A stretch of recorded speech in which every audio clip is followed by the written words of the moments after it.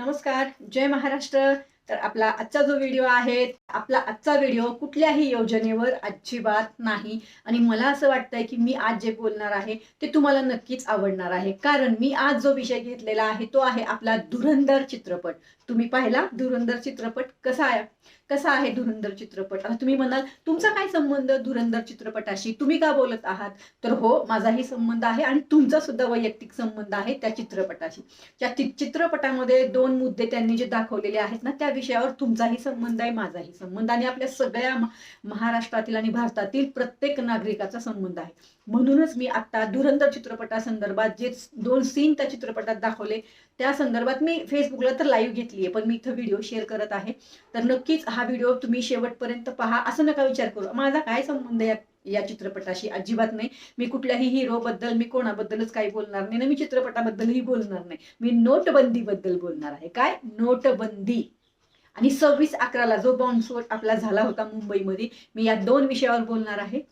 तर विषय काय आहे तुम्हाला सगळ्यांना माहिती आहे की आपल्या 500 आणि 1000च्या नोटा रात्रीतनं बंद झाल्या. रात्रीतनं मोदी सरकारने आपल्या नोटबंदीचा निर्णय घेतला होता, बरोबर.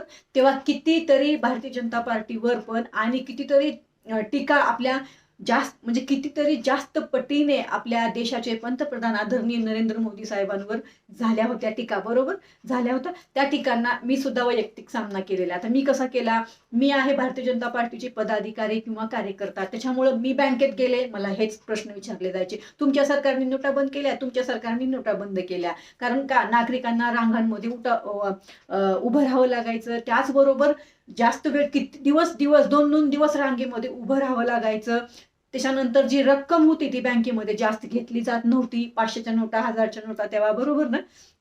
तर 500च्या नोटा जास्त बँकेमध्ये घेतल्या जात नव्हत्या. त्यामुळं मला जिथं मी राहते तिथंही मला खूप या प्रसंगाला सामोरे जावं लागलं होतं. बऱ्याच ठिकाणी मला हे पक्षाचे कार्यकर्ता किंवा पदाधिकारी असल्यामुळे हे प्रश्न आले होते की का तुमच्या सरकारने नोटा बंद केल्या, तुमचं सरकार आम्हाला त्रास द्यायला आलेलं आहे, वगैरे वगैरे वगैरे सगळं. पण त्यावेळेस मी त्यांना एक उत्तर दिलं होतं, कारण त्यावेळेस आपली नोटबंदी का झाली हे मला त्यावेळेस माहिती होतं. कारण आता हे बघा, मला कुठून माहिती मिळाली हे मला विचारू नका, पण ती माहिती मला होती त्यावेळेस.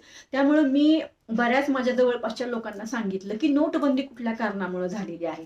तर नोटबंदी का झालेली आहे ही त्यांना मी सांगितलं, पण त्यावेळेस कोणाचाही विश्वास बसत नव्हता. कारण आपण त्यावेळेस चष्मा लावला होता, असा चष्मा लावला होता की ते जी नोटबंदी आहे ते मुद्दाम केलेली आहे, जनतेला त्रास देण्यासाठी आहे, काळा पैसा बाहेर काढण्यासाठी आहे, किंवा जे काही प्रत्येकाचे आपापले विचार होते त्या पद्धतीने प्रत्येकाने टीका केली. आणि प्रत्येक जण त्यावेळेस त्याच म्हणजे स्वतःच्याच ह्याच्यावर विश्वास ठेवत होता की त्या देशाचे पंतप्रधान आदरणीय मोदी साहेब यांच्यावर सुद्धा खूप टीका झाली त्यावेळेस.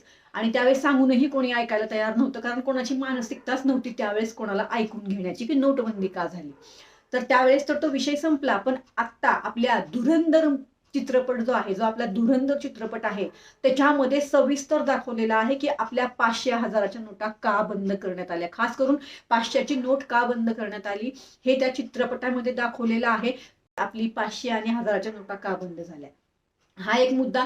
दुसरा मुद्दा असा आहे की आपल्या मुंबईमध्ये, महाराष्ट्र मुंबईमध्ये जेव्हा 26/11 दहशतवादी हल्ला झाला होता, तो कसा आपल्या महाराष्ट्रामध्ये किंवा आपल्या मुंबईमध्ये आला होता, तो कसा आला होता, त्याला कोणी आणलं होतं, त्याला जे काही शस्त्र आहे ते कोण पुरवली होती, त्यांना ट्रेनिंग कशी दिली होती, ही सगळी सगळी माहिती, त्याची माहिती पूर्ण माहिती या दोन मुद्द्यावर त्या आपल्या धुरंधर चित्रपटामध्ये दिलेली आहे.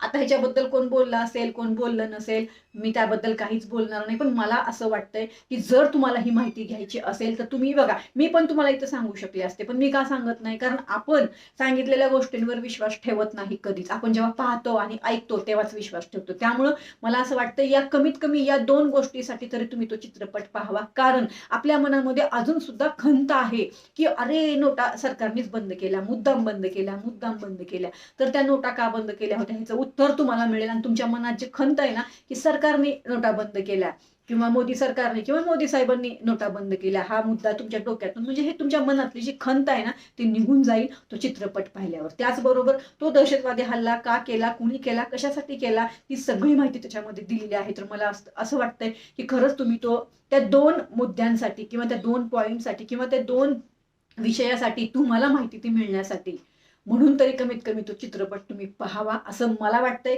बाकी तुमचा निर्णय आहे. तुमच्या कमेंटची मी वाट पाहत आहे. मला असं वाटतंय की माझी माहिती काहीतरी वेगळ्या विषयावर मी आज तुम्हाला माहिती शेअर केली आहे. अजून एक, तुम्हाला जर याच विषयावर पूर्ण सविस्तर माहिती हवी असेल की काय झालं कसं झालं, तर नक्कीच तुम्ही मला कमेंट करू शकता. मी याची सविस्तर माहिती सुद्धा तुम्हाला सांगणार आहे, कारण मी हा चित्रपट पूर्ण पाहिलेला आहे, त्यामुळे ही माहिती मी तुम्हाला सांगू शकते. बरोबर. त्यामुळे तुम्ही कमेंट करा. तुम्हाला तुमचं मत तुम्ही मांडू शकता. हे बघा, प्रत्येक जण आपण आपलं मत मांडू शकतो. फक्त कमेंट करताना एकदा विचार करून कमेंट करा, एवढं मात्र मी नक्की विनंती करणार आहे. तर मला नक्की सांगा की माझा आजचा हा व्हिडिओ तुम्हाला कसा वाटला, आणि अजून कुठल्या कुठल्या वेगळ्या विषयावर तुम्हाला जर माझ्याकडनं व्हिडिओ अपेक्षित असतील, माहिती अपेक्षित असेल, तरी सुद्धा तुम्ही मला अवश्य कमेंट करा. मी तुमच्या कमेंटची वाट पाहत असते, कारण तुमच्या कमेंटच मला व्हिडिओ बनवण्यासाठी प्रेरणा देत असतात. बरोबर ना. तर ही होती आपली आज धुरंधर चित्रपटासंदर्भामध्ये जी काही माहिती दिलेली आहे. 2 विषयावर, एक तर 26/11चा जो आपला दहशतवादी हल्ला झाला त्या विषयावर, आणि आपली जी नोटबंदी झाली त्या विषयावर. तर नक्कीच या आपल्या व्हिडिओला शेअर करा, आणि याच्यावर सविस्तर माहिती हवी असेल तर मला कमेंट करा. चला तर मग परत भेटू. धन्यवाद. जय हिंद, जय महाराष्ट्र.